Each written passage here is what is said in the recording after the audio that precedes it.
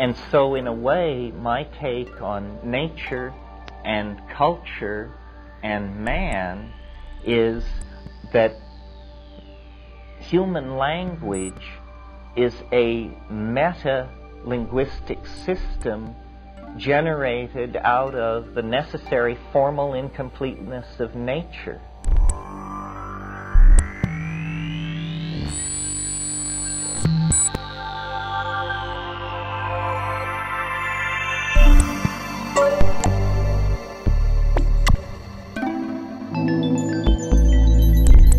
You see, it's that nature is a self-describing genetic language, and yet out of it arises something which is not formally predicted by its constraints and rules.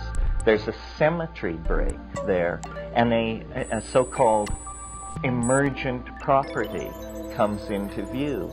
And this emergent property is our unique ability to provisionally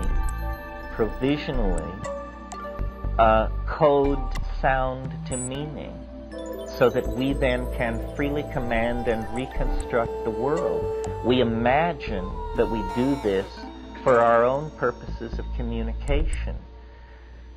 The analysis that I'm suggesting would seem to indicate that actually we do it because we are complicated enzyme systems that are moving linguistic charge around inside some kind of meta-system, very important for the emergence of new order out of nature, you see.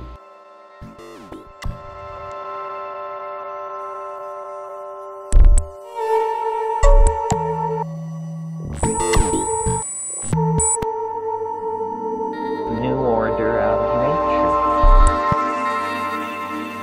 nature. Rather, it is agreed upon by individuals who are living at the time that the linguistic structure, whatever it is, emerges into consciousness. Well, since individuals are replaced, the thing is much more in flux than the genome, you see.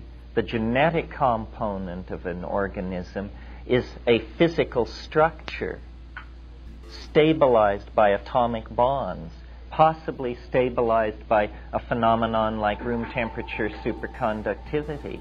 The way nature works is to conserve the genes, and so molecular machinery has been created to do that. But there is no mechanism in nature with the same kind of binding force that conserves meaning. You see?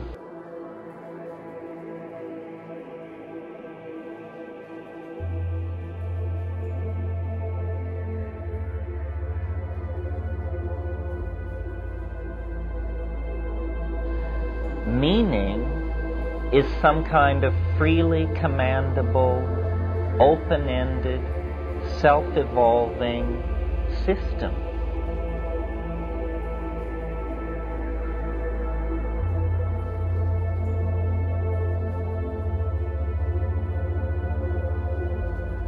The rules are that there are no rules.